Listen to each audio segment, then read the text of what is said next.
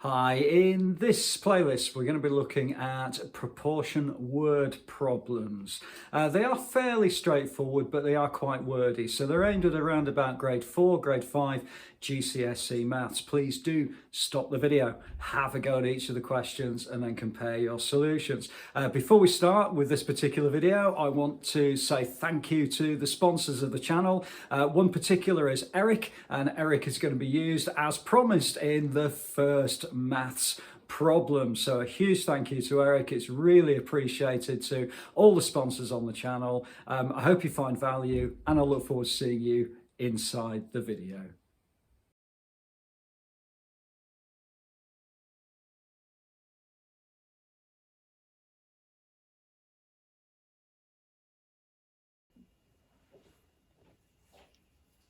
Hi, in this video we're looking at proportion word problems. Please, as before, do stop the video, have a go at each of the questions and then compare your solutions. This first question is also a huge thank you to Eric, who is a sponsor on the channel. It's really appreciated. All of the sponsors on the channel are very much appreciated, and thank you for all of your support. So Eric has bought 16 footballs at a cost of £46.72. I'm not sure what Eric is going to do with 16 footballs, but maybe start a football team or something, or a football league. Okay, so Stephen bought 11 footballs. The cost of each football bought by Eric and Stephen was the same. How much did Stephen pay for his 11? Okay, so with this type of question, this is generally a non-calculator paper question. So unfortunately, it's not as straightforward because you're going to need to use a bit of long division to start with. And basically, we need to find out how many lots of 16 there are in £46.72. Now, my best advice with these is actually to make it pence. All right, it just seems to be a little bit easier to write out how many 16s are there in 4672. Now, this is long division. If you're not sure about this particular method, then please do have a look on the channel, and there are other videos that will help you with that.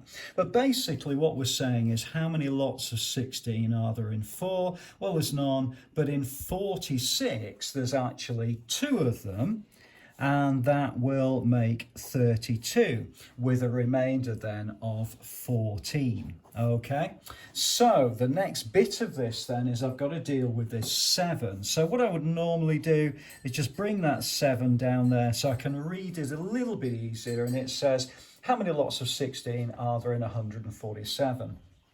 Now, one of the key issues with this type of question is that you need to be able to estimate.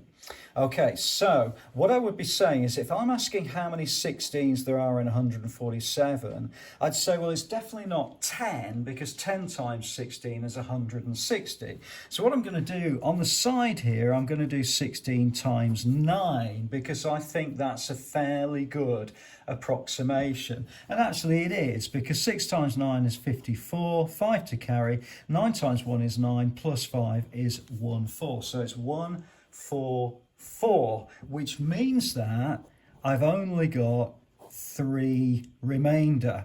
Okay, so what that means then is that there are 9 16s in 147. That makes 144, 3 left over, which I now bring down the 2. How many lots of 16 are there in 32? Well, there's actually 2 of them. Now, one of the key issues with this type of question is that you're unlikely to get any remainders or any long decimal calculations. Now, while that is quite a difficult calculation, hopefully you can see that the cost of each of the football, if I move the decimal point back, it's going to give me that each ball is going to be £2.92. Okay, so I then need to work out how much Stephen pays for his 11 footballs. Well, that's going to be, and again, I just leave the decimal point out. It's much easier to work without the decimal point, and actually way more accurate as well. So 292 times the unit 1 there is 292. I'm going to deal with this one here, put a 0 in. I've got the same thing again. Okay, when I add that up, I'm going to get 9, 10, 12, 1 to carry, 2, 3, £32.12 when I put the decimal point back in, okay, because I've moved the decimal point 2 places to have that, and then I move the decimal point back, so the total cost would be £32.12. Okay, now that's taken a couple of minutes to actually do that. This type of question would probably be about 3 marks, so you should be taking about 3 minutes to do these sorts of questions. Okay, let's have a look at number 2, which I suspect is also going to be a little bit challenging, but basically we've got a builder lays 240 bricks in an hour.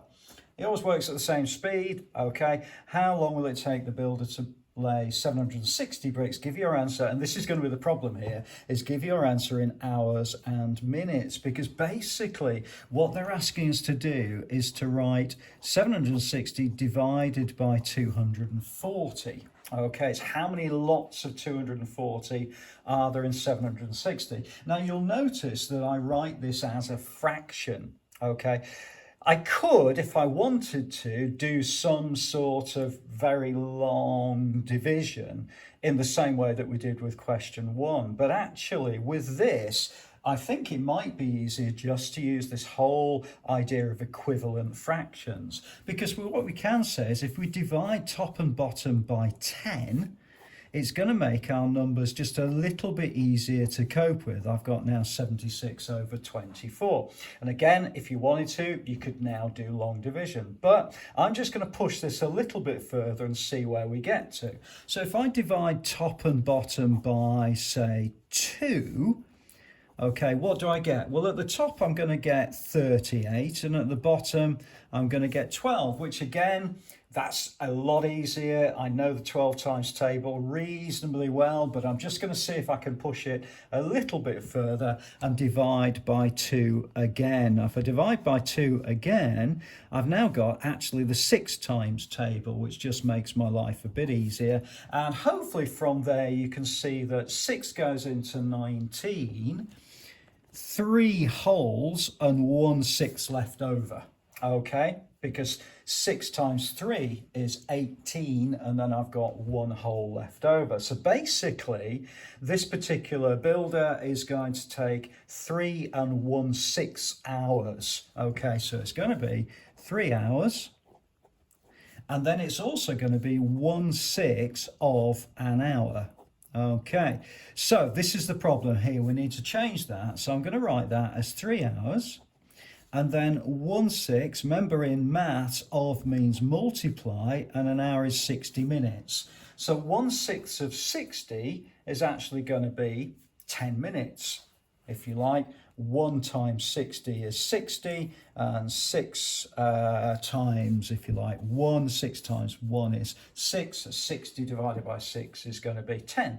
Okay, so the actual answer to the question is going to be 3 hours and 10 minutes. Okay, so this particular video has been a little bit more about arithmetic and working through these types of questions, showing your working. I hope it's been helpful to you. If you're not sure about anything, please always add a comment below. I'll always respond, and I'll look forward to seeing you inside the next video.